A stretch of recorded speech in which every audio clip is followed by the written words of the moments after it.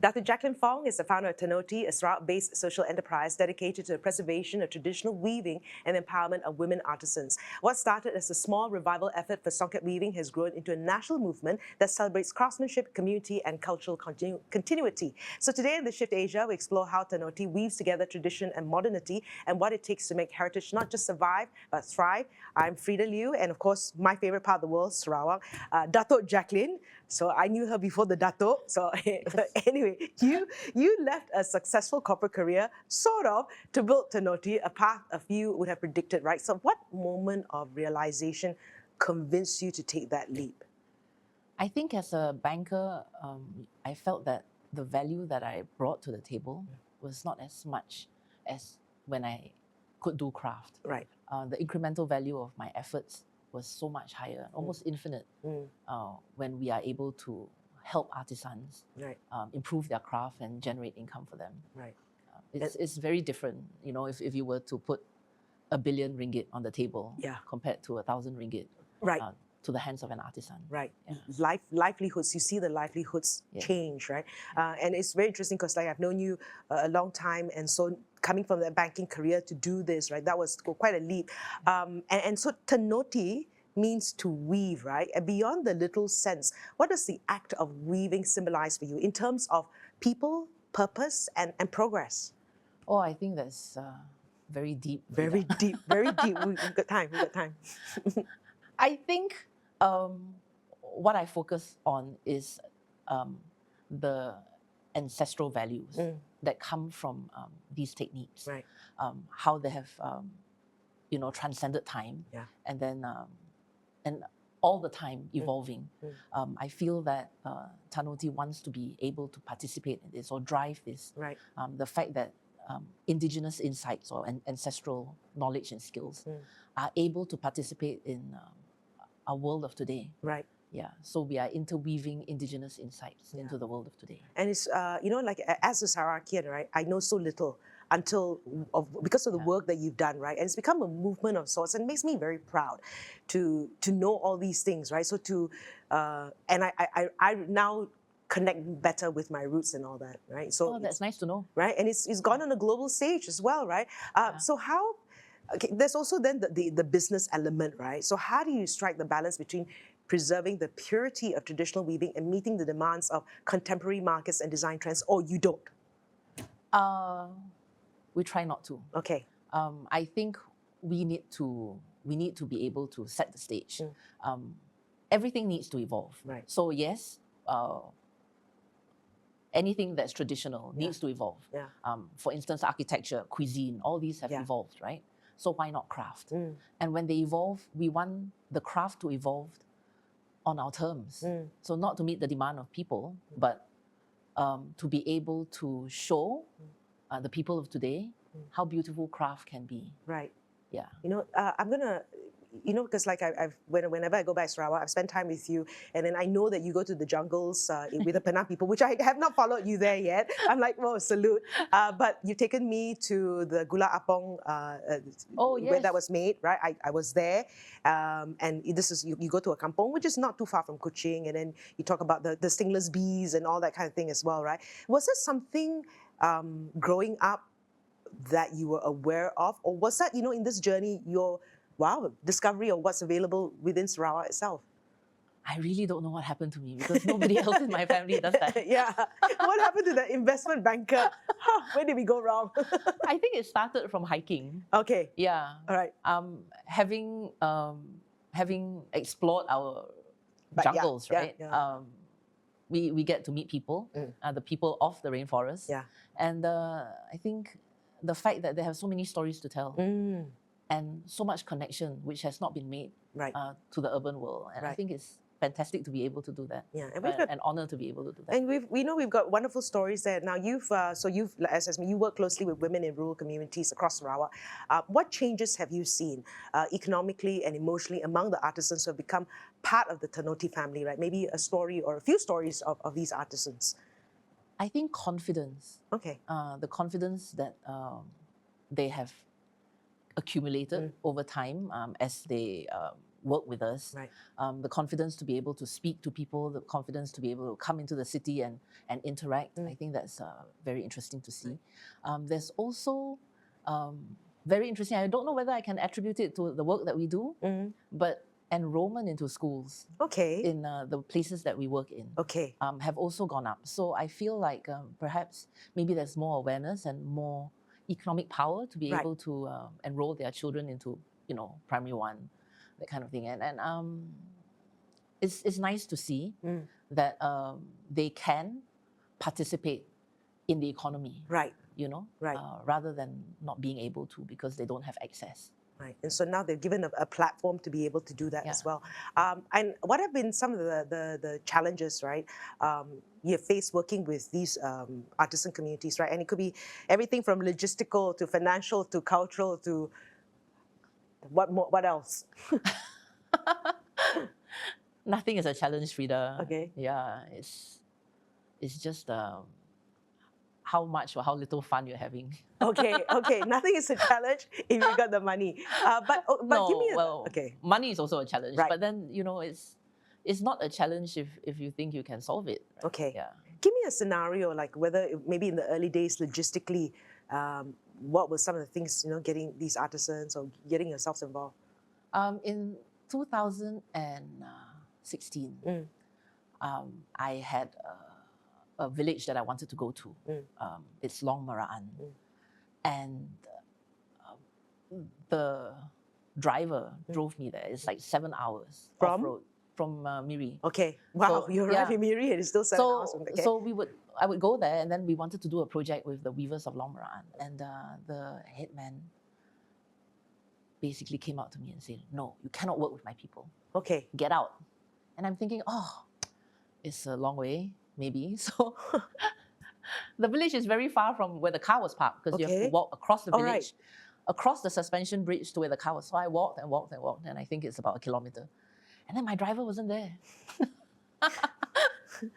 So I think that was a very interesting part of my journey. Okay. Which left me in a lot of contemplation while waiting for the driver. Why am I doing this? Okay. At the suspension bridge, looking at the river. But the artisans came to collect me. Okay. And we went back and did work, and I actually stayed the night. Okay. Well, the moral of the story is that I think we have to manage stakeholders well, right? But what matters most are the artisans. If they want to work with us, that's more important than anybody else. Right. Did the driver turn up? The next day, because that's when I asked him to come back. So the driver thought you were going to stay the night. That's why he left, not realizing that you'd be kicked out, right? Yeah. Okay, but all right. So so these are the early days. It wasn't the early days. It was 2016. 4 years after we started. Okay. Yeah. And this is the Penan community. Yes. The Penan community. And maybe I know the artist. Any particular individual that you've seen? Many. Many, right? Yes. I think Madonna. I speak about her a lot. Okay. Not the other Madonna. Madonna from Langkawi. Okay. She was in her late 20s when I met her, and she was very insistent to keep doing craft. Okay. Unlike young people who want to go to the city and work. Yeah. And so she was very interested in her craft and insistent on doing it as a business. And we helped her, and we submitted her work for the Hasana Gold Threads Award. Right. She won a special mention, got money. Right. And from there, she was very keen to come to town. So we'll get her to come meet people and set up booths. And I feel like she's on her way to becoming a craft entrepreneur, like a formidable one in the region. Yeah, she's like 36 now. Okay. So she still has a bright future ahead if she were to focus. And I know you've worked with Maybank previously as well to do this weaving or across ASEAN. Yes. Right. So Maybank is our partner for weaving. We work with Maybank to train young ladies or ladies into in their own craft of weaving. And then we help bring their craft to market. Okay. So we've worked with 4 communities this year with Maybank, 2 communities last year. So it's interesting. Okay, but even doing work like that, right? Convincing the likes of banks to, what was that like, to see the value in doing something like this? It's Maybank's initiative, actually. Okay, all right. Yeah. So they have a program called the Maybank Women Eco Weavers Program, and they started in Laos and Cambodia and Indonesia. In fact, Right. Malaysia, where Tanoti is their partner, Right. came in as the fourth partner. Okay. Yeah. Okay. So they're very working across the region, Yes. and Malaysia came in later, right? And if you talk about what you're seeing right now, what are the most urgent threats to survival of traditional crafts like Songket weaving in Malaysia and Borneo, or are we okay? Fingers crossed. I think we will be okay. Right. Because the government is supporting. Right.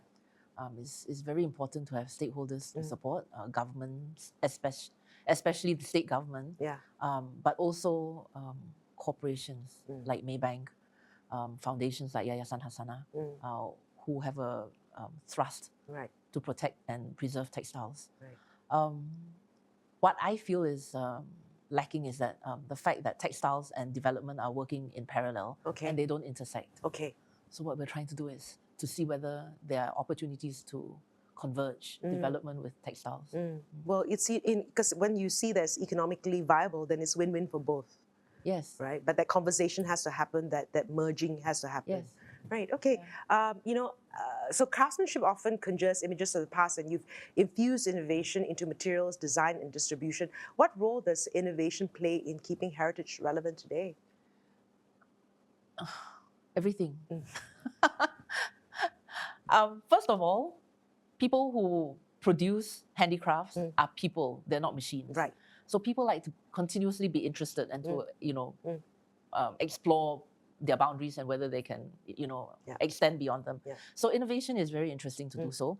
A very important part of innovation is like collaboration, cross-disciplinary work, and then you innovate the textile or you innovate the concept of textile or the textile industry itself. That's how I see it will be done. But why it needs to be done is so that the producers continue to produce. Right. Yeah. In however they want. So at Tanoti, what we do is innovate the product itself. So in Tanoti, we can possibly explore the science of the cloth. Right. We can make Songket sheer, for instance. Okay. Yeah, or we blend wool with Songket. Right. Then we can make like a warm Songket outfit. Okay. I can make you one. Okay, great. Yeah. All right, at the right price. And I think one of the things is also like with the work you're doing is that many social enterprises struggle when trying to scale, right? How do you ensure that Tanoti grows sustainably without losing its soul or the intimacy of craft? Tanoti works very hard to ensure that people that we work with benefit from our work. Okay. We are successful if we make ourselves obsolete. Okay. So Tanoti is not interested to be sustained. Tanoti wants the industry to sustain without needing a Tanoti. Okay. Yeah. Happy to retire with you.